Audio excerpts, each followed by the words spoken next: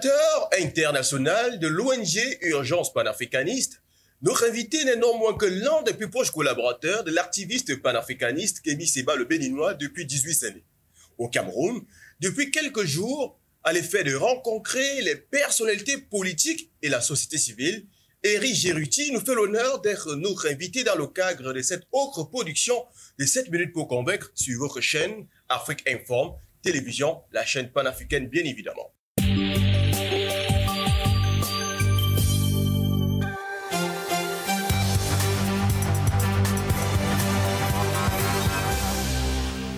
Sur ce plateau aujourd'hui, nous parlerons du panafricanisme, oui. Nous parlerons de son implication dans l'éveil des consciences des populations africaines. Nous reviendrons en surface pour parler de l'Union africaine, mais aussi et surtout de la communauté économique des États de l'Afrique de l'Ouest, avec en prime l'actualité qui capitalise toutes les attentions actuellement, la prise de pouvoir par la force au Niger. Oui, vous nous regardez très certainement au Niger actuellement. Vous êtes au Sénégal, vous êtes au Burkina Faso, vous êtes au Mali ou encore vous êtes au Cap-Vert. Sachez tout simplement que c'est 7 minutes pour convaincre qui démarre. Bonsoir, Éric Géruti. Bonsoir, frère Abdoulaye. Merci pour l'invitation et salutations aux très nombreux spectateurs d'Afrique Informe, la chaîne panafricaine du Cameroun. Tout le plaisir est pour nous de vous recevoir sur ce plateau. C'est vrai que votre programme est vraiment très surchargé, mais nous avons quand même eu cette chance de vous recevoir sur ce plateau et nous espérons vraiment qu'avec l'ensemble des téléspectateurs qui nous regardent actuellement, nos fidèles téléspectateurs qui vont également nous regarder sur nos plateformes digitales, notamment Facebook, Instagram, Twitter, YouTube et LinkedIn, pourront bien évidemment bénéficier de quelque chose parce qu'on va le dire très bien parce que cette émission a une valeur pédagogique et aussi essentiellement pour l'éveil des consciences des populations africaines. Disons que vous êtes au Cameroun à l'effet de rencontrer les personnalités politiques et la société civile. Quelle est la symbolique de cette présence ici au Cameroun? Beaucoup de choses. Urgence panafricaniste, c'est une organisation non gouvernementale qui a été fondée par Kémy Séba fin 2015, début 2016. Et cette organisation a toujours eu 2 volets d'action, un volet de sensibilisation politique et puis un autre, on va dire, à vocation un peu plus sociale. Oui. Nous avons des antennes qui sont ouvertes dans de nombreux pays d'Afrique, également dans les Caraïbes et aussi dans l'Océanie, notamment la Réunion. Oui. Et en tant que coordinateur international de l'ONG, étant au cœur des différentes antennes, en contact avec les différents responsables locaux, j'ai l'habitude de me déplacer dans différents pays, puis de faire le point avec les responsables locaux, de voir ce qui va, le travail qui a été fait, qu'est-ce qu'on peut corriger, améliorer. On définit un peu les contours budgétaires pour l'année qui arrive. On travaille sur une action comme demain, qui va se produire au niveau de l'entrée Palais Louis-Soquet, le fameux camp de déplacés de la crise anglophone. On va procéder à une remise de denrées. On va essayer de voir quels sont les besoins sur ce camp. Donc voilà, c'est un peu le travail quotidien du coordinateur, c'est de rencontrer les différents acteurs de la société civile, les acteurs de terrain. Donc vous n'êtes pas sur place, vous marchez beaucoup. Je me déplace. Le Kémy Séba insiste pour que nous n'ayons pas uniquement un savoir empirique, théorique, mais pour que nous puissions également être en connexion avec les acteurs de terrain pour avoir l'expertise la plus précise. Donc c'est dans ce type de déplacement où je suis amené à rencontrer des acteurs politiques, des membres de la société civile, des intellectuels, ou peu importe le rang des personnes, que j'arrive un peu à m'irriguer de connaissances et c'est ce qui me permet d'ajuster au mieux ma stratégie politique dédiée à l'ONG. Alors, vous avez déjà rencontré les personnalités politiques et même les acteurs de la société civile. Comment avez-vous trouvé les échanges que vous avez menés ensemble? Très riche. Très intéressant parce que c'est des questions qui peuvent aborder le thème de la politique, de la gouvernance. J'ai eu rencontré des gens sur la question de l'éducation, sur les questions de la santé, les infrastructures. Ça me permet de comprendre qu'est-ce qui ne va pas. Les gens me disent que finalement, voilà, pour tel projet gouvernemental qui a été initié, finalement, ce projet n'a jamais vu le jour parce qu'il y a eu telle carence ou tel manque au niveau de tel échelon. Donc ce sont ces genres de rencontres et de discussions qui nous permettent d'emmagasiner le maximum entre guillemets, de matière grise et de gagner en épaisseur intellectuelle et de ne pas être hors sol. Parce que c'est ce qui est le plus important. Il n'y a rien de plus pire que des gens qui se prétendent au contact des populations, au contact des masses, mais qui ne sont pas capables de parler le langage des masses. Pour parler le langage des masses, il faut être au contact de leur réalité, être à leur écoute. À charge maintenant après pour nous de faire remonter leur doléance. Alors, je vais rappeler à l'ensemble des téléspectateurs qui nous regardent ici, j'ai fait cette omission dans mon introduction. Heri Géuti est Camerounais d'origine. Camerounais d'origine. Alors, vous êtes au Cameroun actuellement, à l'effet de prendre contact avec ces populations qui actuellement sont vulnérables, qui sont les déplacés de la crise anglophone qui a éclaté en 2016-2017. Jusqu'à date, il n'y a pas encore eu une issue favorable. Est-ce que vous avez, en tant soit peu, essayé de discuter sur ce point-là avec les personnalités que vous avez rencontrées, plus encore la société civile? Je suis en contact avec les principaux acteurs politiques du Cameroun. Ma vie, elle est dédiée à la politique. Oui. Alors, encore plus quand ça concerne mon pays de naissance, d'origine. On dit souvent que le poisson pourrit par la tête. La majorité des problèmes qui surviennent ici au Cameroun sont dus à un problème de gouvernance. Oui. On a un pays qui est en hibernation, on a un pays qui est en pilotage automatique, on a un pays où il y a une gouvernance qui s'opère par la neutralisation des ambitions individuelles. Oui.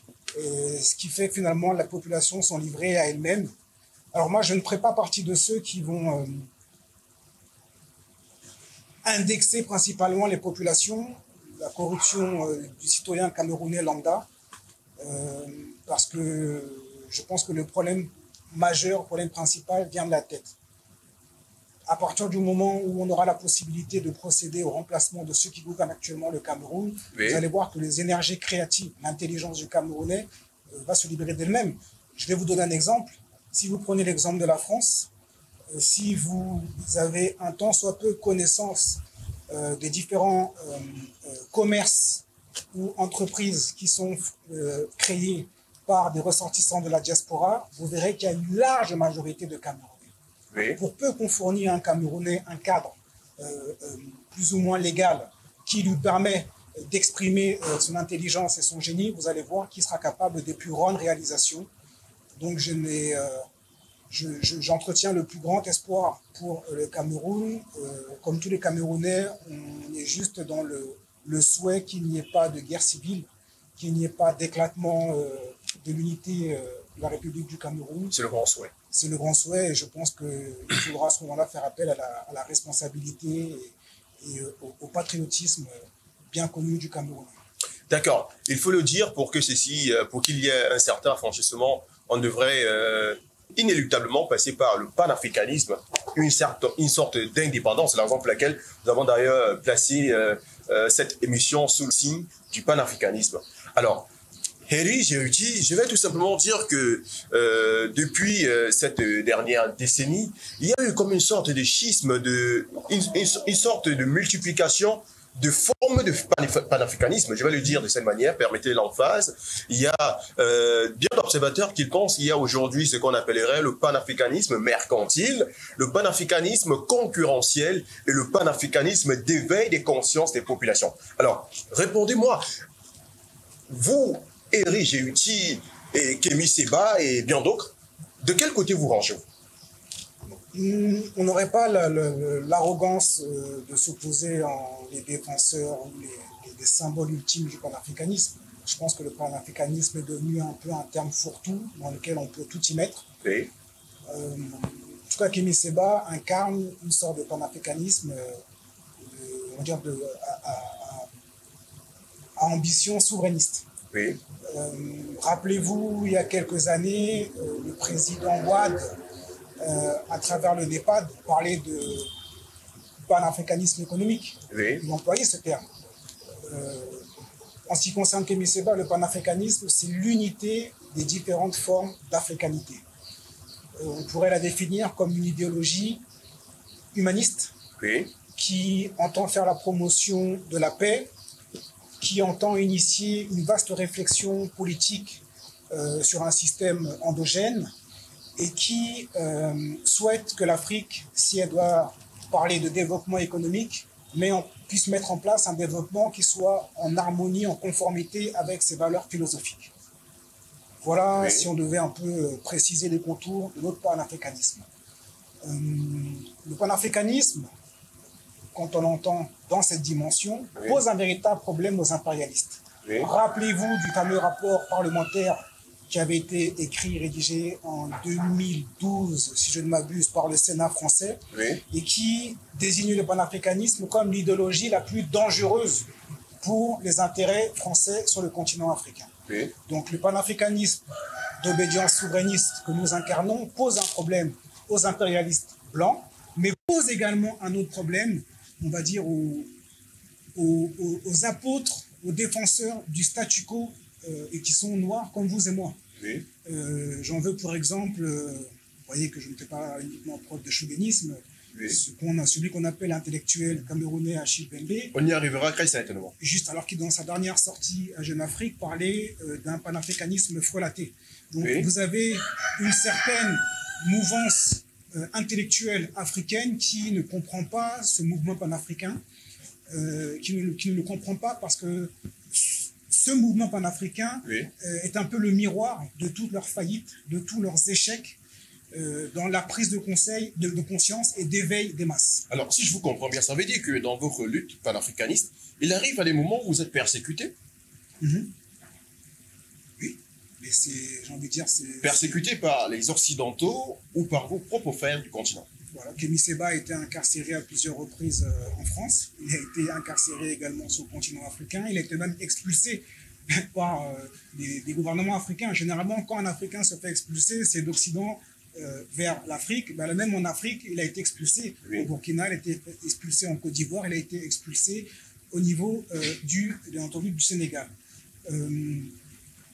Plus vous dérangez les intérêts de l'oligarchie, oui, plus vous constituez une menace pour les intérêts, plus il est normal que le camp d'en face s'en prenne à vous. C'est presque une sorte un peu de décoration de guerre.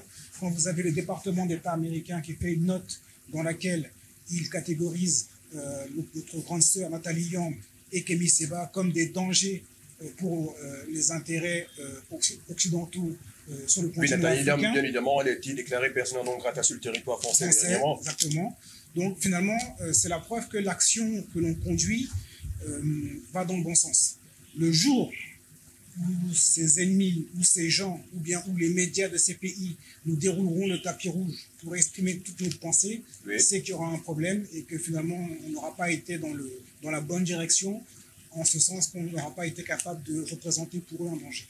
D'accord. Il y a cette question qui revient plusieurs fois dans les débats pour ce qui est de la lutte panafricaniste. Bien de personnes se posent la question de savoir, mais qu'est-ce qui peut expliquer le fait qu'il y ait des personnes qui se battent pour la libération de l'Afrique, de l'embrigadement ou alors de l'asservissement de la France ou encore du néocolonialisme français, sont encore ces mêmes personnes qui vont vivre en France? Vous avez en France des gens qui combattent le gouvernement de Macron, comme le camp de Mélenchon, dont vous voulez qu'ils quittent leur pays. Bon, là, on parle plutôt des Africains. Voilà, des Africains. Mais les Africains, vous savez, le panafricanisme, on a commencé l'émission en définissant cette idéologie, oui, elle est née en dehors du continent africain. Oui. Le problème de fond, le problème principal, Kémy Séba était clair. Kémy Séba est rentré sur le continent africain depuis 2011. Oui. Il a considéré que son combat panafricain devait être mené principalement sur le territoire africain. Ce que nous disons à la diaspora, oui, c'est de quitter l'idéologie, l'illusion du rêve intégrationniste dans ces différents pays.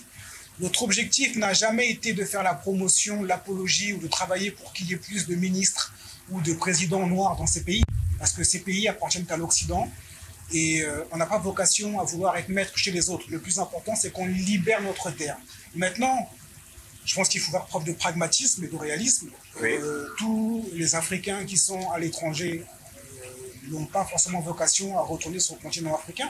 Donc il faut qu'on soit capable de leur adresser un discours. Et ce discours a toujours été celui-ci, de faire en sorte que là où vous vous trouviez, que vous vous organisiez, oui, que vous vous organisiez en communauté économique forte et que vous soyez indépendant des mots d'ordre politiques des formations politiques européennes qui veulent vous instrumentaliser et faire de vous un espèce de troupeau électoral. À partir du moment où on reste dans ce cadre, dans cette façon de penser, et qu'on s'organise au niveau économique en faisant la promotion de la solidarité économique au niveau des Africains, ce n'est pas forcément un problème que d'être à l'étranger, de ne pas être sur le continent africain. Alors, qu'est-ce qui peut notamment expliquer le fait que certains Africains vont à l'Occident et refusent de revenir en arrière? C'est l'histoire de l'être humain.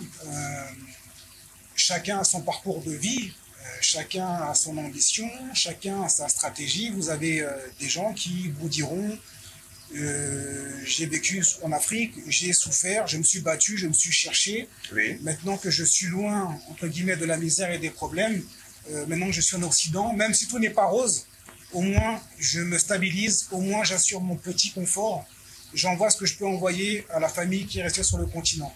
C'est un choix de vie, on ne va pas forcément vouloir porter un jugement moral, chacun est maître et responsable de ses choix de vie. Ce que nous disons, c'est que le problème, c'est que lorsque ces gens ont fait un choix nombriliste et qu'il leur arrive un problème dans ces pays, c'est là souvent qu'ils se découvrent un peu une sorte il y a le retour de la fibre, de la conscience africaine. Est-ce que cela n'est pas parfois aussi lié à des problèmes politiques?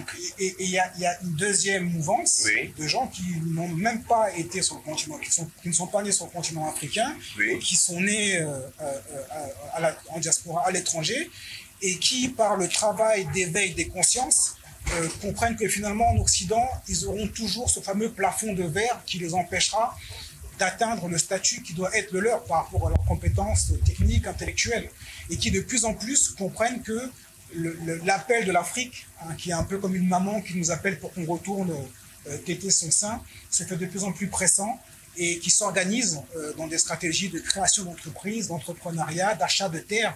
Et voilà, c'est un mouvement transversal qui est l'indicateur d'une évolution, d'une prise de conscience positive.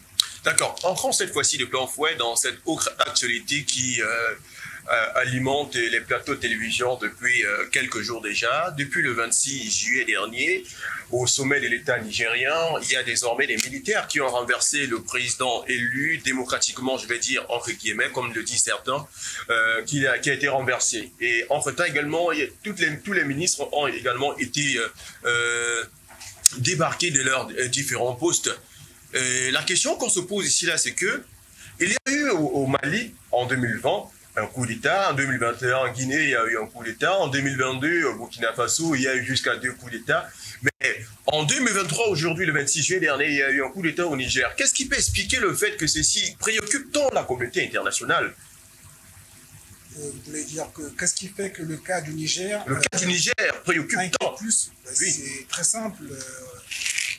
Il y a la crainte de ce qu'on appelle l'effet domino. Ce qui fait la puissance de l'Occident, ça a toujours été sa capacité à anticiper les choses, à faire de la prospective. Les puissants maintiennent leur position hégémonique parce qu'ils sont capables de tracer dans un temps long les différentes évolutions, mutations, et ils travaillent au maintien de leur position dominante. Ils se rendent bien compte qu'il y a un effet... Kémy Seba parlait de fameux cyclone africain. On a eu les printemps arabes, il y a un cyclone africain qui est en train de couver, qui est en train de se préparer. Et ils ne veulent pas que ce qui se passe dans la région du Sahel puisse finir par prendre le Tchad, descendre dans l'Afrique centrale. Et donc ce qu'il faut, c'est faire un arrêt à cette dynamique. Ça, c'est la première raison. La deuxième raison, c'est, de manière géostratégique, le positionnement militaire qu'on peut trouver au sein du Niger entre les 1500 soldats français et les 1000 soldats américains. Le Sahel est une région pivot entre... Enfin, le Niger, pardon, est un pays pivot entre l'Afrique du Nord et l'Afrique subsaharienne. Il y a ce fameux gazoduc qui remonte jusqu'au nord de l'Afrique. Et puis, il y a le positionnement de l'Africom. Donc, si le Niger accède à sa souveraineté, est en position de choisir librement ses partenaires, et opte pour la Chine ou la Russie, ce serait un coup très dur pour le camp impérialiste. Voilà pourquoi ces derniers insistent avec un peu plus d'ardeur à rester sur place. Et puis il y a également la question de l'uranium. L'exploitation de l'uranium au Niger est une catastrophe économique et écologique. C'est-à-dire qu'on a des contrats dont on ne connaît quasiment pas les vrais chiffres. Oui. Et une exploitation au mépris des règles les plus élémentaires écologiques. Oui. Tout ça a été caché, camouflé, mis de côté par l'État du Niger. Et si l'État du Niger reprend sa souveraineté, toutes ces informations vont sortir et feraient forcément mauvaise presse pour un pays comme la France. Voilà pourquoi le Niger est un enjeu essentiel dans le verrou géostratégique occidental. D'accord. Vous parlez de la France. J'aimerais également poser cette question. Qu'est-ce qui peut justifier le fait qu'au lendemain de ce coup d'État, le gouvernement français, avec à sa tête le président Emmanuel Macron, décide de convoquer un conseil de sécurité, de défense? Le sentiment que le Niger et de manière plus générale l'Afrique lui appartiennent, c'est ce qu'on appelle les bons réflexes coloniaux. Et je ne sais pas si vous vous rappelez, mais l'espèce de menace qu'a brandi Macron au lendemain du coup d'État, un propos, une sorte d'injonction qui défie toutes les règles élémentaires du langage diplomatique. On dirait que le Niger, c'est une chasse gardée. C'est une chasse gardée et c'est là qu'on voit que dans l'esprit de ces gens, même de quelqu'un comme Macron qui incarne une nouvelle génération, soi-disant, nous l'avons vendu comme un quarantenaire qui n'a pas connu l'époque coloniale, qui a un regard alternatif, différent sur l'Afrique, et ben on se rend compte que dès qu'il y a une situation de crise, les bons vieux réflexes ressurgissent, et c'est tout l'intérêt d'une telle situation, c'est qu'elle permet de voir qui est qui au-delà des postures et des faux discours faussement humanistes. D'accord. Puisque nous sommes dans le sillage des prises de pouvoir par la force, je vais employer cette expression, et en Afrique de l'Ouest, on peut dire que l'Afrique de l'Ouest a aujourd'hui le maillot jaune pour ce qui est de la prise de pouvoir par la force. Mais il se peut que les panafricanistes, comme vous, très souvent n'appellent pas cela des coups d'État, mais ont une expression qu'ils suscitent, qui est la restauration de l'État. Alors, on aimerait bien comprendre pourquoi restauration de l'État, puisque là, on voit que c'est une prise de pouvoir par la force. C'est un coup d'État, au mieux même un putsch. Vous reprenez les éléments de langage. Non, je ne suis pas dans le narratif occidental, comme qui dirait, mais là, je vais de manière un peu factuelle. Vous voyez, je vais de manière factuelle. Mais ce serait à vous, qui êtes un des panafricanistes les plus aguerris, de nous expliquer de manière aussi élémentaire pour que l'ensemble de nos téléspectateurs puissent comprendre. Parce que qui que vous allez interroger, il va dire c'est un coup d'État. Alors, si on parle de coup d'État, on va parler des coups d'État qu'on a eus dans les années 60 sur le continent africain. C'était la terreur. Oui. C'était des éliminations, des assassinats, une population terrorisée, des gens qui étaient arrêtés, jetés en prison, mis dans des camps et qui étaient torturés, qu'on ne revoyait plus. Là, vous avez ce que vous appelez, vous, des coups d'État, mais ce que Kémy Séba appelle la restauration de l'État. Vous avez un changement de pouvoir politique et vous voyez les populations qui sortent dans la rue, qui sont heureuses, qui expriment une satisfaction, qui ne regrettent aucunement le régime précédent. Ça veut dire que c'est avec l'onction du peuple. Voilà. Et donc à partir du moment où vous avez la bénédiction des populations, c'est que vous libérez un peuple. Donc vous avez participé à quelque chose de amélioratif, vous avez libéré les fameuses énergies, et c'est de ça qu'on a besoin. Quand on a commencé l'émission en décrivant le panafricanisme, on a parlé d'une idéologie humaniste. Et ce que nous voulons, c'est avoir des populations qui sont heureuses. Donc on nous parle d'un modèle démocratique, mais quel est ce modèle démocratique qui est censé être le pouvoir du peuple, qui bride son peuple, qui la femme, qui lui empêche d'avoir accès à une instruction de qualité, qui lui empêche d'avoir accès aux premiers soins, aux soins élémentaires de santé. C'est ce modèle dont on veut faire la promotion. Ce modèle, on n'en veut pas. Donc quand vous avez un pouvoir politique civil, mal élu, parce qu'on va y revenir aussi, cette question des présidents élus, un pouvoir civil mal élu, où les principaux responsables politiques ont passé leur temps à s'enrichir, à enrichir leur entourage, leur caste familiale, à envoyer leurs enfants dans les meilleures écoles à l'étranger, il est du devoir des militaires, lorsque le pouvoir politique ou la justice a failli, il est du devoir des militaires de prendre les responsabilités. Quand je dis ces termes, je ne fais que reprendre les termes du général Rawlings, qui au Ghana également a renversé un pouvoir politique corrompu. Il y a souvent une image que Kémy Séba reprend, c'est l'image du bus. Lorsque vous avez un chauffeur de bus qui conduit des gens et qu'on se rend compte que le chauffeur emmène le bus vers le précipice, il est du devoir des occupants du bus de prendre le volant et de d'éjecter. Et si dans le bus, il n'y a pas de personne aguerrie dans la conduite. Voilà. Ben, c'est un peu la même chose. On a des pouvoirs politiques qui, alternance, opposition, ne font rien de bon pour les populations et ça dure depuis 60 ans. Donc ça va continuer encore. Il faut que quelqu'un prenne ses responsabilités. Donc on a des généraux qui prennent leurs responsabilités. Ça ne veut pas dire qu'on leur donne un ticket, on leur dit que tout va être magique, tout va changer. Mais on est dans un processus, dans une transition qui doit nous amener vers quelque chose qui confiera le pouvoir politique à des représentants civils qui vont véritablement défendre les intérêts des populations. C'est ce processus que nous défendons. D'accord. En fait, après le coup de force qui s'est agi au Niger, la communauté économique des États de l'Afrique de l'Ouest a eu à multiplier des sommets extraordinaires ou même d'urgence sur la situation. Ils ont même mis sur pied des batteries de sanctions à l'encontre de ce pays. Et à côté de cela, il y a une option qui est toujours en attente, celle de l'intervention militaire. Alors, en tant qu'Africain, en tant que panafricaniste, quelle est la perception que vous avez eue de cela, puisque jusqu'à preuve de contraire, c'est toujours d'actualité et c'est toujours évoqué? La perception que nous avons eue, c'est celle de la majorité des populations africaines qui ne veulent pas une intervention militaire sur le continent africain. C'est aussi simple que ça. Vous avez parlé de la CEDEAO, nous on parle d'un syndicat. C'est un syndicat, on peut même parler d'un groupe à la limite mafieux, de chefs d'État qui ne représentent qu'eux-mêmes et qui défendent les intérêts de l'Occident, à savoir de la France dans cette histoire.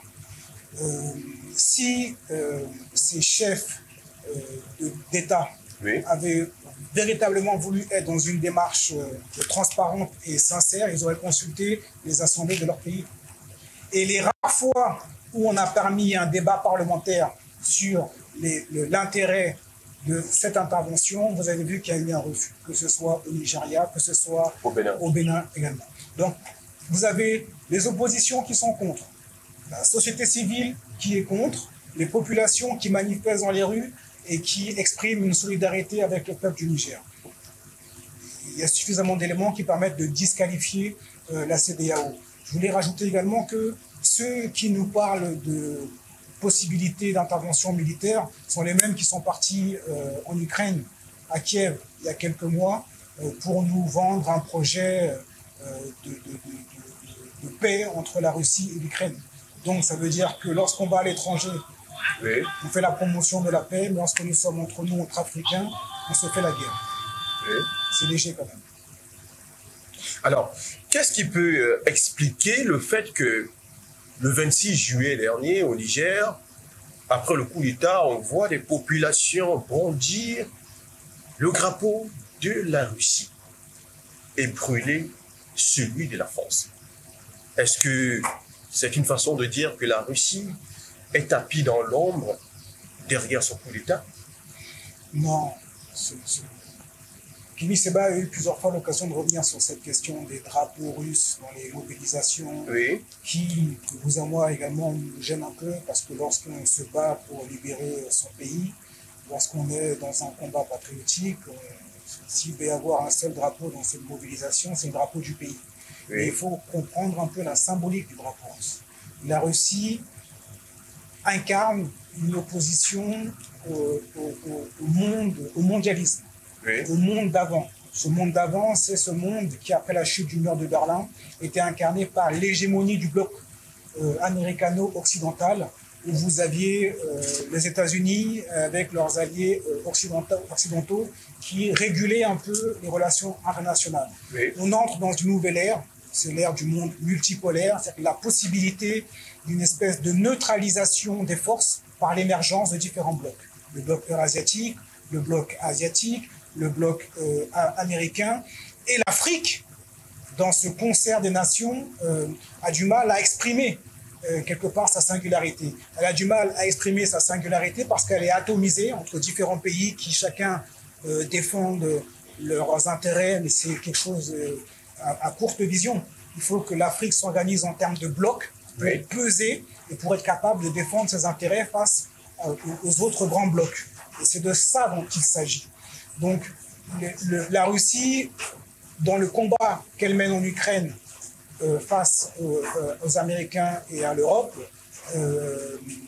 incarne également une espèce de lutte pour la survivance d'un monde multipolaire. Et c'est ce que nous voulons, c'est ce que nous souhaitons. Et les Africains, en brandissant les drapeaux russes, c'est une façon pour eux d'exprimer leur positionnement pour un monde un peu plus juste, un peu plus équilibré, où il y aurait moins d'injustice due à l'Occident qui a fait tant de mal à l'Afrique. D'accord. Il y a bien d'observateurs qui ont vu en cela l'envie de changer de maître pour un autre. Le fait de brandir à chaque fois le drapeau de la Russie lorsqu'il y a un événement sociopolitique dans un pays, notamment un coup d'État. Ça, c'est quelque chose qu'on retrouve souvent dans les médias occidentaux et qui exprime finalement la négrophobie de ces gens. Lorsque les Occidentaux font un partenariat avec la Chine, il n'y a rien à redire. Lorsque les Français travaillent avec les Américains, on nous parle de partenariat. Lorsque les Français travaillent avec les Chinois, c'est un partenariat. Mais quand les Africains sont dans une logique de s'émanciper d'une tutelle pour travailler avec d'autres partenaires dans un rapport de gagnant à gagnant, et ben à ce moment-là, pour les Africains, on parle d'une soumission, d'une nouvelle soumission. Comme si nous étions dans cette espèce d'infantilisation permanente, incapables d'être nos propres maîtres de nos stratégies géopolitiques, incapables de tracer, de définir une ligne géopolitique. Et cette façon de rabaisser les choix qui sont les nôtres en dit long sur la négrophobie structurelle de ces gens-là. Donc même ceux qui s'auto-proclament comme les plus progressistes, comme les moins extrémistes, comme les moins racistes, nous montrent chaque jour à travers cet élément de langage qui finalement ils n'ont aucun respect pour les Noirs que nous sommes. Donc ça veut dire que c'est un narratif dépassé. C'est un narratif dépassé et qui ne trompe que ceux qui veulent bien se faire berner. Voilà. Mais fort heureusement, tous ces éléments de langage de la presse mainstream n'ont finalement quasiment aucune prise sur les populations parce que dans la majorité, elles ont compris ce qu'il en ressortait, de quoi il s'agissait et que ce qui est en jeu, c'est l'indépendance, je répète, et la souveraineté définitive de l'Afrique. On a eu un premier processus d'indépendance au niveau des années 60 qui a été tué dans l'œuf. Là, je pense que nous arrivons dans la période décisive d'indépendance totale. Phase d'émancipation. Alors, vous parlez là d'émancipation et de souverainisme de l'Afrique, mais alors, j'aimerais bien vous poser cette autre question, Éric Géuti. Vous ne trouvez pas que le fait, chaque fois pour certains Africains, de dire la France a fait ci, la France a fait ça, la France nous a fait tant de mal, la France aurait dû faire ceci, la France aurait dû faire cela, n'est pas une manière de se cacher ou encore de se mettre dans un carcan de victimisation sans pour autant passer à l'acte de faire des choses qui peuvent sauver, qui peuvent faire, qui peuvent insuffler le développement de l'Afrique. J'entends votre argument, mais vous n'écoutez pas suffisamment le discours de Kémy Séba. Premier responsable de la situation dans laquelle nous nous trouvons, c'est nous. Il dit souvent qu'un empire est détruit depuis l'extérieur qu'à partir du moment où il est rongé à l'intérieur. Oui. Et au sein du Recherche panafricanisme, on a un slogan, ce que les élites ne font pas pour le peuple le fera pour lui-même. Demain, on sera au palais de Issouké et on va donner des denrées alimentaires aux rescapés. On n'a pas fait une pétition pour se plaindre de ceci, de cela. On prend nos responsabilités, on prend sur nos fonds, on s'organise, on collecte et on descend sur place. Donc, les premiers responsables de tout ce qui se passe, c'est nous. On a commencé l'émission. Mais là, je parle des leaders d'opinion qui, à longueur de journée, essayent de le faire. Laissez-moi juste terminer. On a commencé l'émission en parlant du Cameroun et du poisson qui pourrit par la tête et des problèmes de gouvernance locale. Oui. Nos responsables, Oui. c'est nous. Donc, moi, je ne sais pas de quel leader vous parlez. On dit souvent que on est un pont. Précisez-moi de qui il s'agit. Je ne peux pas être comptable des déclarations de tous les leaders de la mouvance panafricaniste. Moi, je parle pour la paroisse Urgence panafricaniste. Je sais qu'à Urgence panafricaniste, quand Kémy Séba s'exprime, il n'a pas pour habitude de dire que tout est la faute des Français. Je pense que ce serait passer à côté de l'essentiel. Ce serait même rabaissant pour l'intelligence des nôtres. Oui. On sait bien que le problème est beaucoup plus profond. Et ce n'est pas parce que la France se retire des pays africains que du jour au lendemain, tout ira bien. C'est la réforme intérieure, interne à nos gouvernants, à nos populations, notre façon de concevoir le rapport à l'autre, notre rapport à l'argent, notre esprit parfois un peu cupide, notre intolérance religieuse, nos déviances parfois ethnicistes. C'est tout ça qu'il faut travailler, sur ces questions qu'il faut se concerter, réfléchir, essayer de penser, de repenser le monde politique. D'accord. Comment concevez-vous ou alors percevez-vous la flambée du sentiment anti-français qu'il y a de plus en plus en Afrique et surtout en Afrique de l'Ouest? Quelles peuvent être les réelles motivations? Qu'est-ce que vous appelez sentiment anti-français? Le fait de brûler les drapeaux, le fait de les rejeter entièrement, le fait de saccager les ambassades. Vous savez, très cher frère, vous avez eu un renversement en Guinée, au Burkina, au Mali, au Niger. Vous n'avez pas eu un seul Français qui a été assassiné ou je ne sais quoi. Mais le fait de brûler l'ambassade, non, mais non. Moi, je parle des êtres humains. Le plus important entre les bâtiments et un être humain, c'est un être humain. S'il y avait un véritable sentiment anti-français, je pense que les Français ne seraient plus sur le continent africain. N'importe quel Français peut vaquer à ses occupations sans courir le risque qu'on s'en prenne à lui physiquement. D'accord?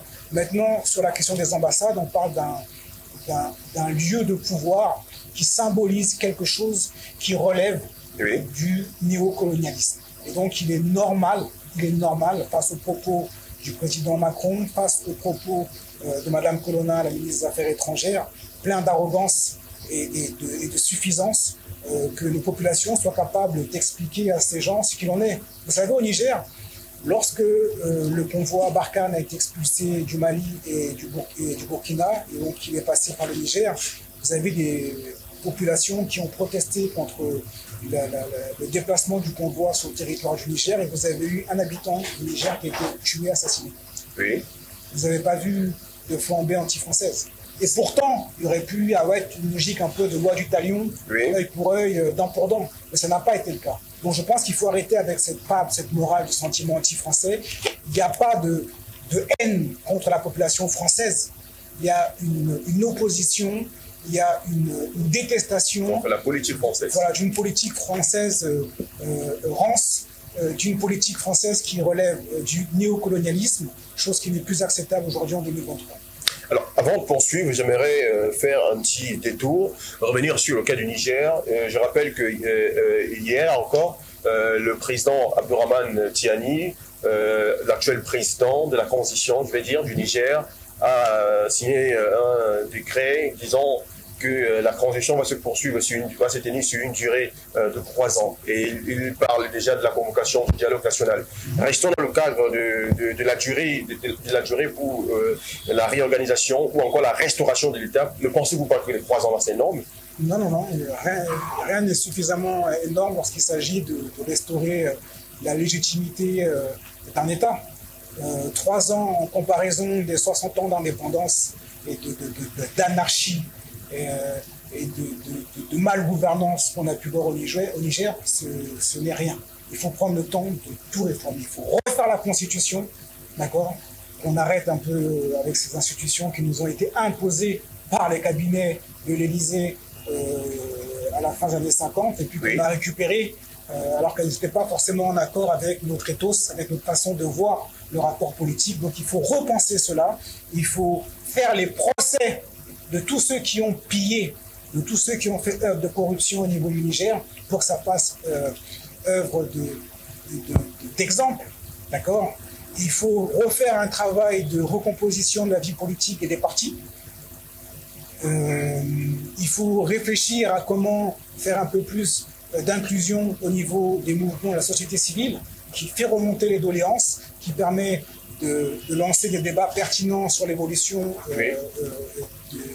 du pays, sur les questions majeures pour le développement. Il faut repenser le développement. Qu'est-ce que le développement? Est-ce que le développement, c'est uniquement faire des routes, des infrastructures, ou bien est-ce que c'est réfléchir comment on peut être capable de trouver des solutions endogènes, des solutions locales, pour qu'on puisse véritablement palper ce développement, et que développement ne rime plus avec endettement comme ça l'est aujourd'hui auprès des organisations du FMI, de la Banque mondiale et autres. Tout ça, ça prend du temps. Donc ces 3 années ne sont pas de trop lorsqu'il s'agit de restaurer la grandeur de l'État. Ces 3 années ne seront pas courantes, ne seront pas excessives. Alors, il y a cet autre fait qui essaie d'interpeller plusieurs attentions. Le fait pour le gouvernement actuel de vouloir poursuivre le président Mohamed Bazoum pour haute trahison. Est-ce que vous ne pensez pas que c'était le moment de pouvoir faire preuve de réconciliation nationale et de lui pardonner tous les maux qu'il a eu à faire pour ne pas qu'il y ait une sorte de dissidence, une sorte de faction sociale et politique dans le pays au moment où on cherche à recoller les morceaux un peu partout? Non, la réconciliation, elle passe par la justice. Moi, si je vous vole, que je profite de ce que je vous ai volé et que je reviens quelques jours après m'excuser sans vous rembourser, vous allez prendre mes excuses pour quelque chose d'infondé. Il faut qu'il y ait un procès. Comme je disais, il faut que ce procès ne soit pas une opportunité d'acharnement sur la personne de Bazoum, mais il faut qu'elle fasse œuvre de pédagogie. Oui. D'accord. Quelques jours après le renversement de Bazoum, on a vu cette interview dans le Washington Post. Qui l'a fait? Il appelait carrément à l'intervention étrangère. C'est-à-dire que vous avez un président mal élu, parce qu'on nous parle de président démocratiquement élu. Il faut qu'on revienne sur cette élection. Oui. Bazoum a été élu en évinçant le principal opposant. Lorsque Bazoum était aux affaires, il a passé son temps à empêcher les réunions de la société civile. Lorsque Bazoum était au pouvoir, il a passé son temps à empêcher les réunions de la société civile en invoquant le prétexte de risque terroriste, et donc qu'on ne pouvait pas permettre aux gens de se déplacer dans les artères principales de la ville. Enfin, il profitait du contexte de lutte contre le terrorisme pour brider ces populations. Tout ça, maintenant, on va faire une déconstruction. On va voir de quelle façon il a permis aux armées françaises et américaines d'être sur le territoire français. Il faut qu'on passe au peigne fin les contrats miniers. Quel était le pourcentage qui était redistribué à l'État du Niger? Est-ce que ce pourcentage respectait les conventions internationales en matière d'exploitation? Donc le procès va avoir son utilité, et je pense que ça servira d'exemple aux autres qui actuellement sont en charge, sont aux affaires, et qui se pensent tout-puissants, tels des monarques. C'est une grosse leçon d'humilité pour leur dire que finalement celui qui est en haut, un jour, peut se retrouver le lendemain tout en bas. D'accord. Avec tout cet acharnement qu'il y a autour du Niger, au sein de la CEDEAO, pensez-vous que si jamais le gouvernement de transition actuel parvenait à travailler paisiblement et sereinement, ils seront encore en odeur de sainteté avec tous ces pays-là qui ont appelé à l'intervention militaire, notamment le Sénégal, le Bénin, le Nigeria, oui, pour ne citer que ceci. Vous savez, le principal pour les autorités de Niamey, c'est pas d'être en bonne entente avec des régimes corrompus et des régimes inféodés à l'Occident. Le principal pour les autorités de Niamey, c'est d'être capable de répondre aux besoins des populations du Niger. C'est d'être capable d'être en osmose et toujours porté et soutenu par les populations de leur pays. Vous avez vu la conscription qui est en cours actuellement, où on a eu des milliers de volontaires qui se sont intégrés à l'armée. Au Burkina Non, actuellement, non. Au Burkina également, mais actuellement au Niger. Et qui vont pour combattre le terrorisme. Voilà, et qui vont pas forcément être sur le front, mais qui vont assister les troupes militaires pour tout ce qui est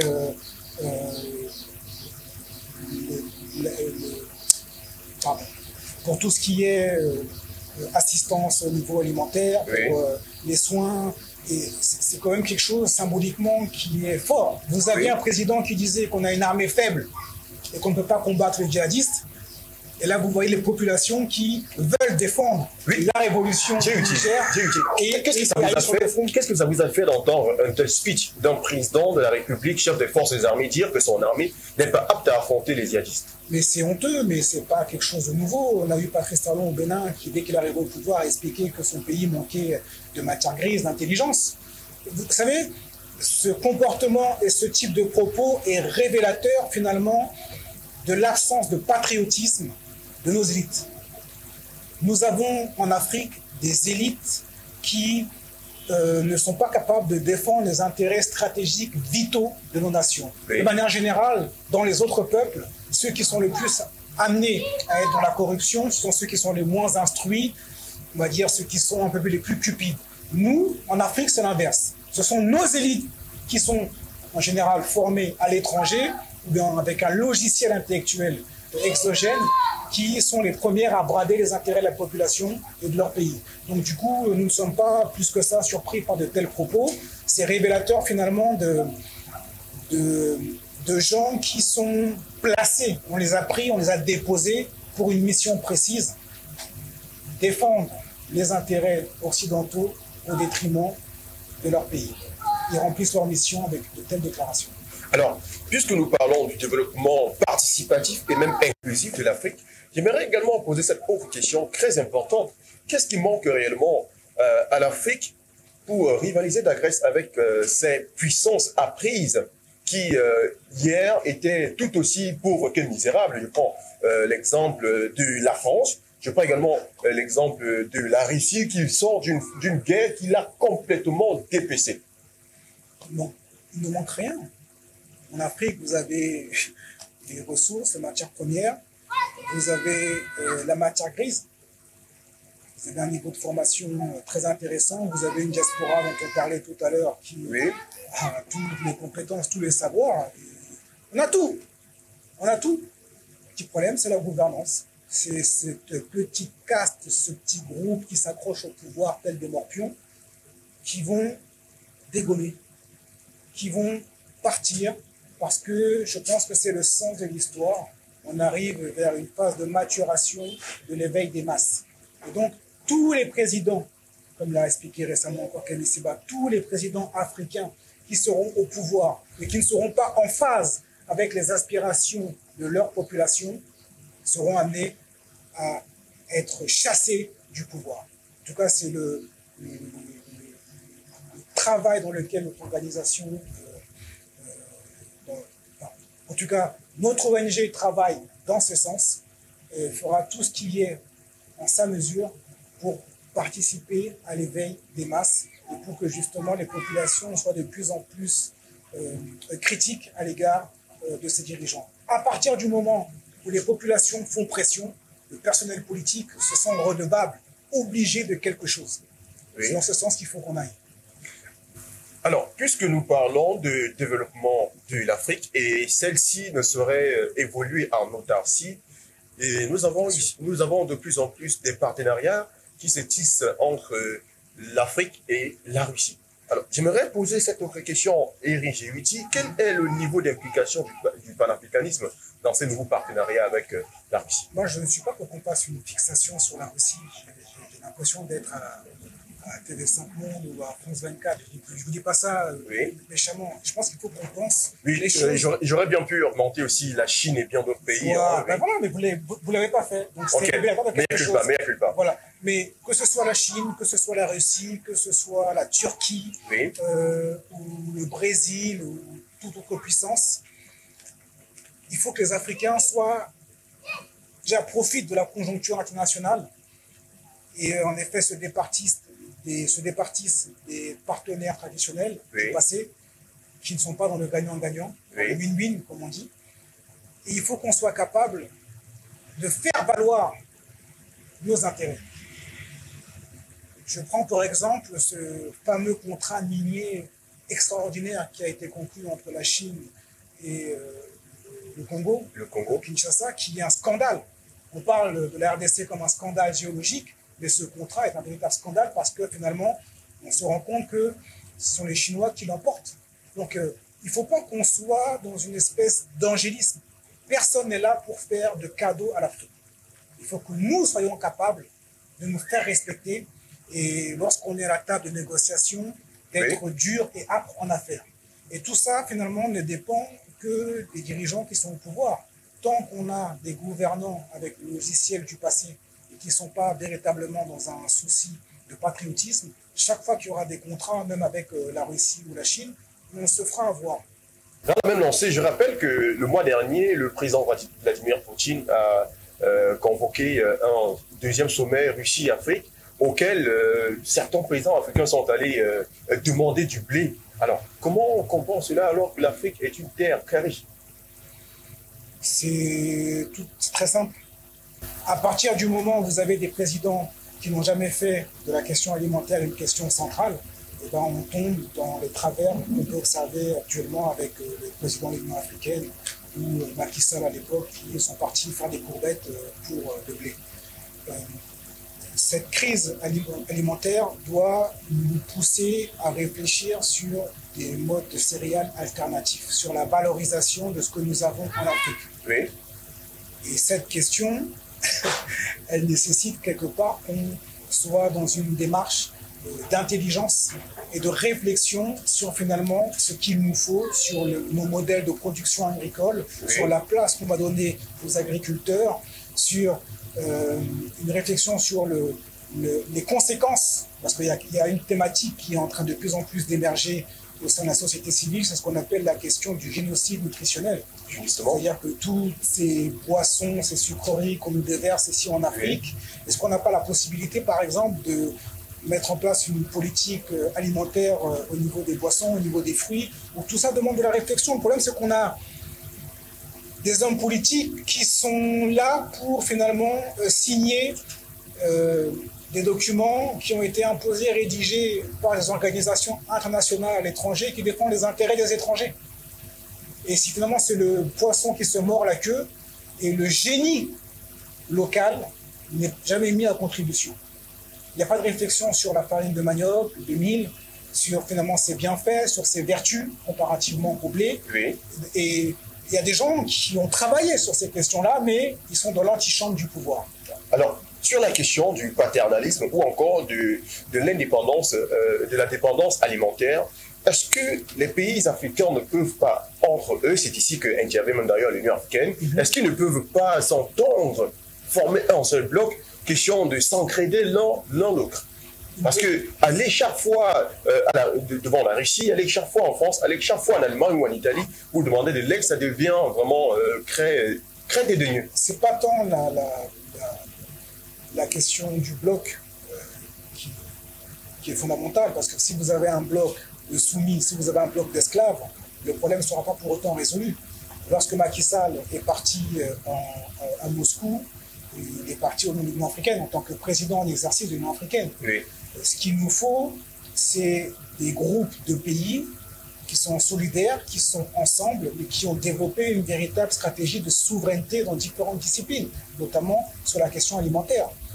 Et ce sont ces gens-là, comme ils sont en train de se mettre en place au niveau du Burkina, du Mali et aussi du Niger et de la Guinée, qui doivent être capables de réfléchir à des modes d'approvisionnement alternatifs, c'est-à-dire en dehors de l'Occident, mais également une réflexion sur la production locale et la place des agriculteurs au sein de nos économies. C'est de ça dont on a besoin, plus que de gens qui parlent d'une seule voix. Si c'est pour parler d'une seule voix, mais parler en tant que soumis, est-ce qu'il y a véritablement une plus-value pour nos peuples? Je ne pense pas. Alors, c'est d'ailleurs la raison pour laquelle, à ce sommet, le président actuel du Burkina Faso, le capitaine Ibrahim Traoré, a parlé plutôt d'un partenariat allant dans le sens d'aider l'Afrique à la mécanisation de son produit intérieur. Alors, est-ce que, au niveau même de ce nouveau bloc que vient de créer le Burkina Faso, le Mali, la Guinée et même peut-être le Niger, on ne sait jamais, entre eux, ils ne peuvent pas mobiliser les fonds pour pouvoir acheter du matériel afin de le faire et pour pouvoir vendre et faire rentabiliser, est-ce que c'est pas possible plutôt que d'attendre toujours que ce soit la Russie qui vienne fournir après, voir comment est-ce qu'on peut faire pour pouvoir retourner l'argent après et... Vous savez, on a des pays, les que vous avez cités, sont des pays qui sont en phase de transition, avec des possibilités qui sont limitées. qui se heurtent à une guerre au niveau de leurs frontières avec des mouvements terroristes, qui doivent faire face à des sanctions, à des blocus. Donc tout, tout n'est pas aisé pour ces pays. Je pense que ce qu'il faut relever, c'est l'ambition, la volonté. Voilà. Je pense que c'est l'élément principal. Et la politique est faite à partir d'une volonté de triomphe, de réussite, l'incarnation d'une utopie qui, au final, découle sur une réalité. On espère que ce processus arrivera à son terme. D'accord. Revenons cette fois-ci sur l'angle géopolitique et géostratégique. Tout à l'heure, vous avez évoqué un historien camerounais en la personne de Achille Bembe. J'aimerais faire appel ici à deux chroniques, ou à deux tribunes, je vais dire, qu'il a publié tout récemment dans le cadre de cette crise nigérienne. Vous me permettez, Eric Gerouti, je vais le lire. Les putschs en Afrique de l'Ouest annoncent la fin d'un cycle qui aura duré près d'un siècle. Je vais d'abord m'arrêter là, sur cette première tribune, le titre de cette première tribune. Quelle est la quintessence que vous en ressortez de ce titre? Il dit « Les putschs en Afrique de l'Ouest annoncent la fin d'un cycle qui aura duré près d'un siècle. » Je ne sais pas de quel cycle il parle. C'est à son milieu, peut-être qu'il peut poursuivre au niveau du raisonnement. Est-ce qu'il parle du cycle de soumission de l'Afrique vis-à-vis de l'Occident? Bien évidemment, puisque l'Afrique acquiert son indépendance au cours des années 1960, oui. Et nous allons déjà plus d'un demi-siècle, ce qui veut dire ça fait près d'un siècle. Oui. Il n'a pas dit 60 années. Donc, près d'un siècle, près d'un siècle. Hein? Près d'un siècle. Donc, ce qui veut dire, on était dans la dominance depuis, et on a acquis une pseudo-indépendance, et maintenant, on veut sortir de cet embrigadement. Là-dessus, je ne peux pas lui donner tort. Je confirme ce qu'il dit, c'est ce qui est à l'œuvre, c'est ce qui est en cours. Oui. Il y a une volonté de ces pays de recouvrer leur indépendance, leur souveraineté, d'avoir leur mot à dire sur la présence de troupes étrangères sur leur sol, de décider librement de leurs partenaires, de changer les constitutions, de réfléchir à la question de la langue. Oui, c'est un processus définitif. Parachève les indépendances des années 60. Oui. Alors, maintenant, je vais prendre cette deuxième tribune qui a départagé pas mal de personnes, toujours dans le cadre de la crise au Niger. La critique de la France-Afrique est le masque d'une indigence intellectuelle. Comment le propos est gratuit, ce propos n'a aucun sens. La maman qui vend ses arachides au bord de la route, ou le producteur au Bénin de coton qui n'est pas capable de vendre sa production au prix juste parce que le gouvernement ne défend pas les intérêts des producteurs locaux et préfère se coucher face aux diktats des organisations internationales. Critiquer cela, est-ce que c'est un preuve de populisme? Critiquer cela, est-ce que c'est être dans une espèce d'indigence intellectuelle? Être capable de porter la responsabilité sur nos responsables locaux qui ne défendent pas nos intérêts, plutôt que de dire que c'est la faute des autres, est-ce que c'est faire preuve d'indigence? Être sur le terrain, au contact des populations, écouter, observer leurs souffrances, se sacrifier, se faire arrêter. Il y a des camarades chez nous, au niveau de l'ONG au Cameroun, qui se font arrêter régulièrement, qui sont mis en garde à vue parce qu'ils critiquent le franc CFA, parce qu'ils critiquent la question de l'ingérence militaire, parce qu'ils critiquent ces statuts, ces vestiges coloniaux qui sont encore présents dans nos lieux. Critiquer cela, c'est pas preuve d'indigence? Alors, non, il faut que ces gens-là fassent preuve un peu plus d'humilité. Et c'est ça le grand problème, c'est qu'ils sont hors sol. Ils sont invités à Jeune Afrique, ils sont invités dans les grands médias occidentaux, ils enseignent dans les plus grandes chaires universitaires d'Occident, et ils ont cette espèce d'arrogance, de suffisance, et de décerner les bons et les mauvais points. Parce qu'ils sont passés à côté de quelque chose qu'ils n'ont pas vu, qu'ils ont méprisé, notamment la puissance et la viralité des réseaux sociaux. Parce qu'avant les réseaux sociaux, qu'est-ce qui se passait? Les seuls porte-parole, entre guillemets, sur ces questions, les questions économiques, politiques, c'était ces fameux intellectuels adoubés par, on va dire, les institutions ou les grands médias occidentaux. Oui. C'était eux qui parlaient, et puis le peuple devait se positionner en fonction de ce qu'ils disaient, oui. Devait boire leurs paroles. Mais à partir du moment où il y a eu les réseaux sociaux, comme la télé-satellite, il y a eu une information alternative. On a eu des gens qui ont été capables de faire des rapports sur la France-Afrique, sur la prédation économique. Et donc, le citoyen a été capable d'acquérir une culture politique sans passer par ces gens-là. Et c'est comme s'ils se sentaient finalement un peu mis au banc. Ils avaient une position hégémonique, une position dominante au niveau de l'enseignement vis-à-vis des populations, mais ils ont préféré être dans l'entre-soi avec les éditorialistes occidentaux, en faisant leurs petits shows, leurs petites conférences au centre culturel français ou à l'ambassade, et se sont coupés des réalités populaires. Et aujourd'hui, lorsqu'ils voient un leader de masse comme un Kémy Séba qui fait un véritable travail intellectuel, qui a sorti déjà 6 livres, avec une réflexion, avec un questionnement sur le monde, ils ont du mal finalement à reconnaître qu'ils sont passés à côté et qu'ils ne représentent plus rien. Aujourd'hui, ceux que l'on suit, ce sont les gens comme les Kémy Séba, comme les Nathalie Yamb ou encore plein d'autres.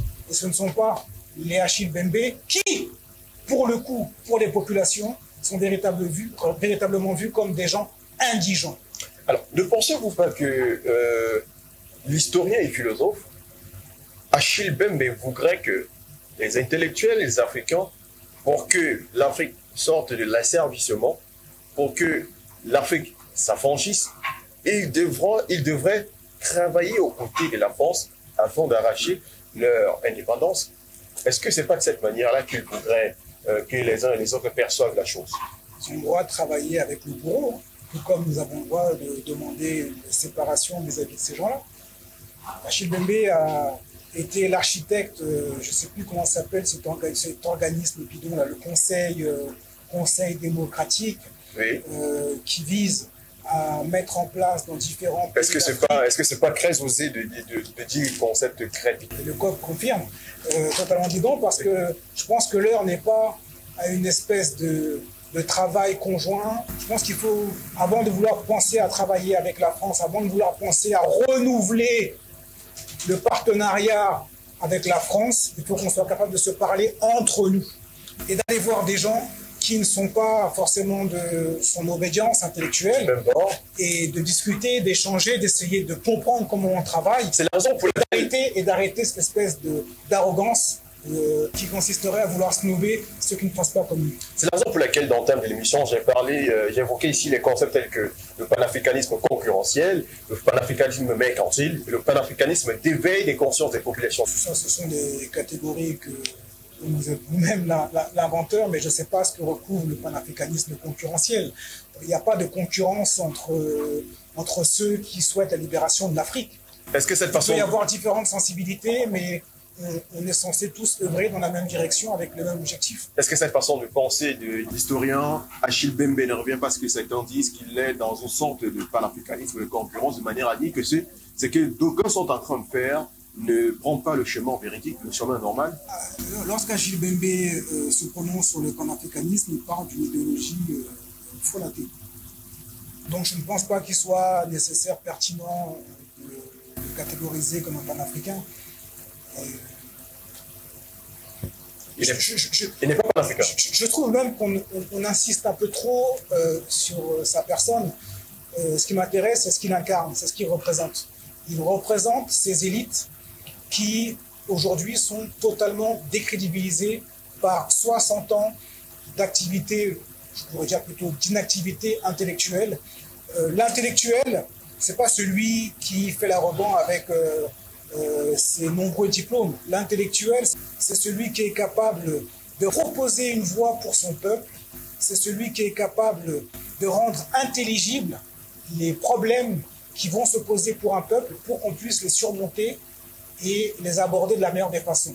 À partir du moment où ces gens-là n'ont pas été capables de travailler à l'émergence, à l'émancipation de nos populations, ils ont échoué. Et quand on échoue, on se fait petit, on se met sur le côté, on regarde les autres œuvrer, on essaie de s'intéresser à ce qu'ils font, mais la posture qui est la sienne ou bien qui est la leur, qui consiste à se battre, à se ruer sur les plateaux de France 24 ou de TV5 Monde pour pouvoir s'exprimer sur les évolutions du monde au niveau du Centre d'Afrique, elle est risible. Nous, vous savez, hein, quand TV5 ou France 24 ou RFI veut participer à un meeting, on les dégage. On leur fait comprendre qu'ils n'ont pas leur place. Vous me contactez pour faire une interview, je viens chez vous avec plaisir. RFI me contacte parce qu'elle souhaite faire une interview de Kémy Séba, on leur dit non, on les dégage. C'est une question générationnelle, c'est une question finalement d'être en accord avec ses idées, avec une époque. L'époque est à l'indépendance des Africains. Les Africains ne vont plus être infantilisés, les Africains ne vont plus accorder de crédit à des gens ou à des médias qui passent le plus clair de leur temps à les faire passer pour des inférieurs intellectuels. D'accord. La pérennité, la durabilité ou encore l'intégrité de l'Union africaine ne peut passer que par les organismes ou encore les mobiles qui la solidifient.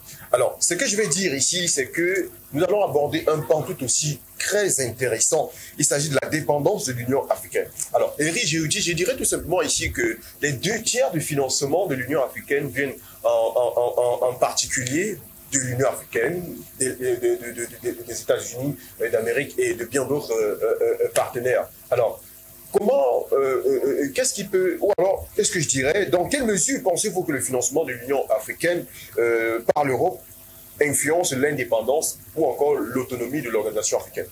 Main qui finance, main qui dirige. Adage Dieu comme le monde. Vous aviez des gens des leaders tels que Kadhafi, qui étaient dans la volonté de véritablement prendre en charge ces institutions continentales, mais on l'a éliminé. Toutes les personnes qui souhaitaient, tous les leaders, tous les chefs d'État africains qui avaient le souhait, la vision d'une Afrique indépendante ont été combattus par ces mêmes forces impérialistes. Oui. Donc du coup, ça nous pose un problème d'indépendance. Vous avez parlé du financement du budget, mais moi je veux parler de quelque chose de beaucoup plus insidieux. Oui. En discutant avec certains fonctionnaires de l'Union africaine, parce qu'on a nos contacts, nos relations, ils nous disent très clairement que dans la nomination pour les postes, des pays comme la France ont leur droit de regard. Donc nous ne sommes même pas libres. Actuellement, il y a un débat qui consiste à vouloir faire en sorte que l'Afrique puisse avoir un droit de veto au Conseil de sécurité de l'ONU. Et donc les gens s'excitent autour de ça en expliquant que oui, ce serait une bonne chose, mais il faut savoir en fait ce qui se joue. C'est que vous allez avoir en effet la possibilité pour les États africains d'avoir un droit de veto, mais ces États africains seront pilotés par les puissances occidentales. Donc finalement, on en revient toujours à la même chose. Bis repetita. Tant que nous n'avons pas à la tête de nos pays des véritables patriotes avec une vision panafricaine, tout ce qui se passera à l'échelon supérieur, c'est un autre principe de subsidiarité, sera quelque chose de vain. On sera encore dans les grands éléments de langage, dans des concepts bidons. Quand vous avez le président du Comore qui fait un discours d'un des intérêts de la France en échange département de la Mayenne du maintien au pouvoir et d'une espèce de tranquillité, on se rend compte qu'on est dans une espèce de comédie. L'Afrique est fatiguée d'hommes politiques qui sont plus dans la posture que dans la vérité des actes et des faits. D'accord. Cette autre question que je vais poser actuellement a un lien avec l'argumentaire que vous venez de poser. Alors, est-ce que les présidents africains devraient vraisemblablement regretter la disparition du guide Guillaume Mohamed Kadhafi au regard de ce qui se passe actuellement au sein de l'Union africaine? Est-ce que l'Union africaine joue même pleinement son rôle? Je ne suis pas sûr qu'il faille parler de regret. Je pense qu'il faut surtout méditer sur les conséquences de l'affaire libyenne et en prendre... tirer des leçons par rapport à l'intervention qu'ils sont en train de fomenter au niveau du Niger. La déstabilisation de la Libye, enfin, la guerre contre la Libye a totalement déstabilisé la sous-région. on est en train on dit souvent que les mêmes causes Ce sont ces germes qui se répandent. reproduisent les mêmes effets. Et si les présidents, en tout cas le syndicat corrompu de la CEDEAO est dans la volonté de procéder à l'intervention militaire, c'est parce que ces gens-là, c'est pas par ignorance, Oui. ce n'est pas par incapacité à tirer des leçons de ce qui s'est passé, c'est qu'on a affaire à des gens qui ont été placés avec un agenda précis. Leur agenda ne consiste pas à protéger les populations et à travailler au maintien d'un contexte de paix et de stabilité dans la sous-région. Leur agenda consiste à défendre les intérêts de gens qui les ont placés, qui les protègent au niveau international et qui font en sorte qu'ils peuvent, une fois arrivés au pouvoir, rendre compte à ceux qui les ont installés. Le président du Nigeria, il faut quand même qu'on revienne sur son passé. On parle quelqu'un qui a trempé dans des blanchiments d'argent, qui a été condamné par la justice américaine avec un gel de ses avoirs et qui se retrouve bizarrement à la tête d'une des plus grosses puissances du continent, avec un résultat électoral un peu bizarre. Macky Sall, on sait un peu ce qu'il en est, il a des ambitions au niveau international. Je pense que si jamais il ne se représente pas, parce que cette histoire n'est pas encore finie au Sénégal, mais si jamais il devait être amené à respecter ce qu'il a dit précédemment et ne pas se présenter à l'élection présidentielle. Et vous pensez qu'il va respecter sa parole? Il pourrait être un futur fonctionnaire international. Donc, il a besoin de rendre, entre guillemets, des gages à cette communauté en montrant que, voilà, pendant mes 2 mandats, j'ai servi les intérêts. Patrice Talon, même chose, et tous les autres. Donc, ces gens-là, finalement, ne répondent pas aux besoins des populations, et c'est parce qu'ils ne répondent pas aux besoins des populations qu'ils vont se faire renverser un à un. Parce que l'ère du temps, la conjoncture actuelle, fait que les populations n'entendent plus se faire gouverner par des gens qui les trahissent. Alors, on va bientôt sortir de cet entretien, mais avant, nous allons également évoquer l'aspect de la société civile. Et je rappelle que vous êtes au Cameroun depuis quelques jours à l'effet de rencontrer à la fois les personnalités politiques, mais aussi et surtout la société civile pour des conversations et des échanges d'une très grande envergure. Alors, la question que j'aimerais poser cette fois-ci, Eri Géuti, c'est de savoir quelle est l'évaluation que vous faites sur la promotion du panafricanisme et des injustices sociales par la société civile en Afrique, et particulièrement ici au Cameroun. Mais vous savez, le Cameroun a une très grande histoire politique. Premier parti panafricain, ça a été l'UPC. Oui. Et je vais même remonter même plus loin encore. Avant même Oumioumbe, vous avez Mondabel qui a été capable de voir les populations en dehors des Douala pour leur dire qu'il fallait qu'on s'unisse parce que le colon allemand allait nous faire du mal. Donc il y a toujours eu cette espèce d'anticipation, cette espèce d'innovation, cette espèce de vivacité intellectuelle au niveau du Cameroun. Et donc le panafricanisme est dans l'ADN de tout Camerounais, parce que le panafricanisme est une idéologie qui entend faire la promotion de la paix, mais qui également est en lutte contre l'impérialisme. Et s'il y a bien un pays d'Afrique noire qui s'est illustré dans une guerre coloniale, ça a été le Cameroun. Donc les Camerounais observent ce qui se passe dans les autres régions. Les Camerounais ont été des grands producteurs intellectuels au niveau de la lutte. Et dès que les énergies seront libérées ici au Cameroun, vous allez voir que la mayonnaise va prendre très rapidement. Donc il y a une observation de ce qui se passe dans la région, dans l'Afrique de l'Ouest. Il y a une espèce d'effervescence parce que du coup, ça met un peu de carburant dans le moteur anticolonial camerounais. Et le Cameroun est toujours dans sa lutte de libération, parce qu'on est encore dans une espèce d'état post-colonial, pour reprendre le concept d'Achille Mbembe. Oui. Et du coup, l'idéologie du panafricanisme, l'idéologie de la lutte, la capacité à transcender les égoïsmes ethniques, oui, c'est quelque chose qui imprègne le Camerounais. Donc lorsque j'échange avec différents responsables de la société civile, on est en accord sur l'essentiel. Alors, puisque nous parlons de la société civile, Comment percevez-vous le fait que certains arrivent à porter, par exemple, critique à la longévité du président Paul Biya, qui y est depuis au moins 40 ans et qui aujourd'hui est en train de remplir son 7e mandat? Je n'ai pas compris votre question. Comment concevez-vous le fait que certains acteurs de la société civile arrivent à porter critique à la longévité au pouvoir du président Paul Biya, qui totalise déjà au moins 40 ans et au moins 7 mandats déjà? Vous savez, au risque de choquer et d'avoir un propos, on va dire, hors contenance, la question des mandats n'est pas la question fondamentale. Si vous avez des gens qui sont au pouvoir, qui font 1, 2, 3, 4, 5, 6, 7, peut-être même 10 mandats, mais qui sont capables de participer à l'élévation du peuple, nous sommes preneurs. Le problème, c'est la culture de la médiocrité, de la corruption, de l'égoïsme, cette espèce d'entretien. Là, nous sommes quand d'une culture de l'ésotérisme, de la cooptation, la mise au pas de la méritocratie au profit du népotisme, c'est le véritable mal ici au Cameroun. Nous ne voulons pas d'alternance avec des gens qui finalement attendent leur tour pour après appliquer les mêmes recettes qui seront néfastes pour le peuple.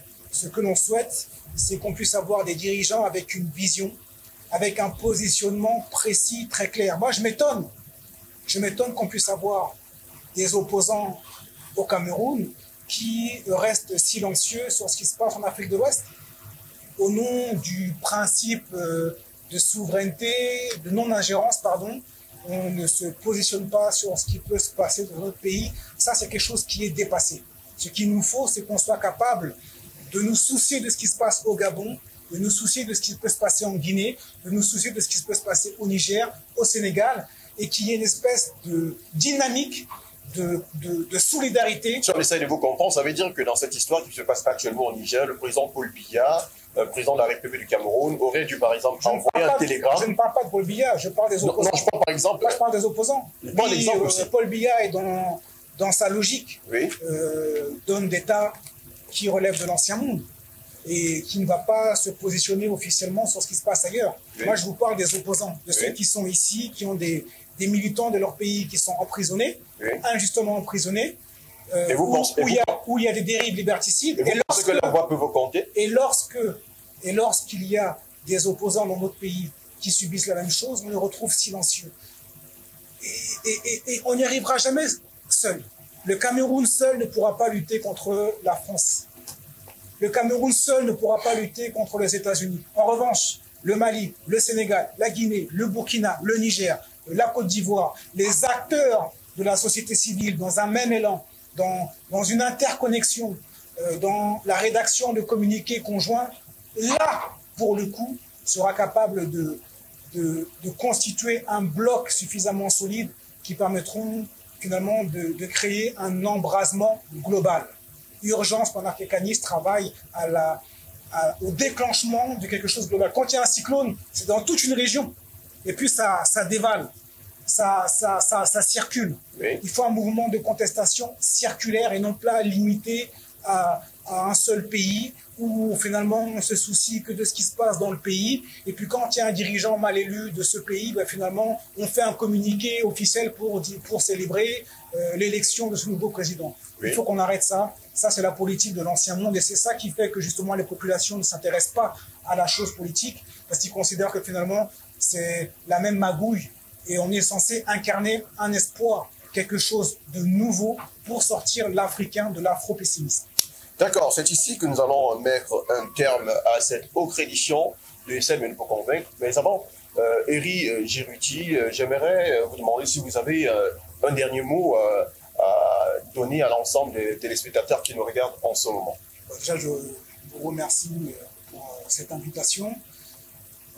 Afrique Informe est une chaîne à vocation panafricaniste, donc il était normal que, en tant que représentant d'une organisation à obédience panafricaniste, je peux répondre favorablement à votre invitation. Ce que je suis en train de dire, c'est que nous sommes en train de poser des graines qui sont en train de germer, qui ont donné un fruit, et puis le fruit est en train de tomber. Et donc, qu'il ne faut jamais sous-estimer la puissance qui est la nôtre. On nous a vanté pendant des années la puissance de l'Occident, ils ont les armes, nous n'avons rien, on ne peut pas lutter. Rien que par le travail d'ingénierie sociale, nous sommes en train de faire tomber tout un système. Ça, c'est le premier élément. Le deuxième élément, et je vais reprendre finalement le vœu de Kémy Séba, c'est que nous allons faire un travail pays par pays de connexion, de réseau, qui va consister à pousser nos responsables militaires à prendre finalement le taureau par les cornes et à finalement prendre leurs responsabilités et à faire tomber tous les représentants d'un pouvoir civil, pour le coup, frelaté.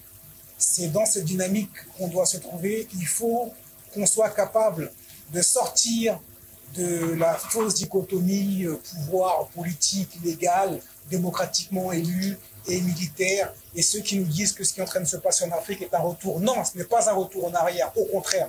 C'est quelque chose qui nous projette vers le futur, un futur, on espère, radieux, un futur proche peut-être, qui est en train de se dérouler actuellement, qui est en train de se jouer, et vous allez avoir d'autres pays qui vont arriver prochainement. Donc tout ça est positif et doit amener les populations. Si on pouvait avoir un offre ici, le prochain pays qui va... Non, il ne s'agit pas on n'est pas dans de l'art divinatoire. Ok. On travaille, on met en place une ingénierie sociale et puis les choses arrivent à maturité et puis le fric tombe et puis l'effet domino se produit. Mais il faut plus que jamais que les populations soient confiantes dans l'avenir proche, radieux, qui est promis aux Africains, qu'elles ne se découragent pas et qu'elles soient capables de comprendre que l'Occident et sa domination arrivent à leur fin. D'accord. On dit toujours que tout travail bien fait mérite sa paye. C'est d'ailleurs la raison pour laquelle Afrique Informe Télévision organise le 4 novembre 2023 au Crystal Palace de Douala la 3e édition des Afrique Informe Awards, qui est une prestigieuse cérémonie des récompenses des acteurs politiques et publics qui ont marqué le paysage positivement durant les 2 années qui se sont écoulées. Et puisque nous sommes une télévision à vocation panafricaniste, le comité d'organisation a décidé de mettre sur pied 3 prix du jury. Oui, 3 prix du jury pour ces 3 Africains qui, de par leurs actions, de par leurs idées, de par leurs idéologies, de par leur forte capacité de mobilité, de mobilisation, ont essayé d'éveiller les Africains. Je parle notamment de Kémy Séba, qui est le leader de l'ONG Urgence panafricaniste. Je parlerai également de Madame Nathalie Yam, sans pour autant oublier de Franklin Yamsi, War Cameroun, alias, je vais dire. Alors, c'est ici que nous allons mettre un terme à cette édition, mesdames, messieurs. Sur ce plateau, nous étions avec Eri Géuti, coordinateur international de l'ONG Urgence panafricaniste, qui est au Cameroun depuis quelques jours à l'effet de rencontrer les personnalités politiques et publiques ou encore la société civile pour des échanges futurs sur la chose socio-politique et gouvernementale. Prenons rendez-vous avec un autre visage majeur du landerneau politique, économique, santé, sportif au Cameroun ou alors ailleurs. À très bientôt. Portez-vous bien.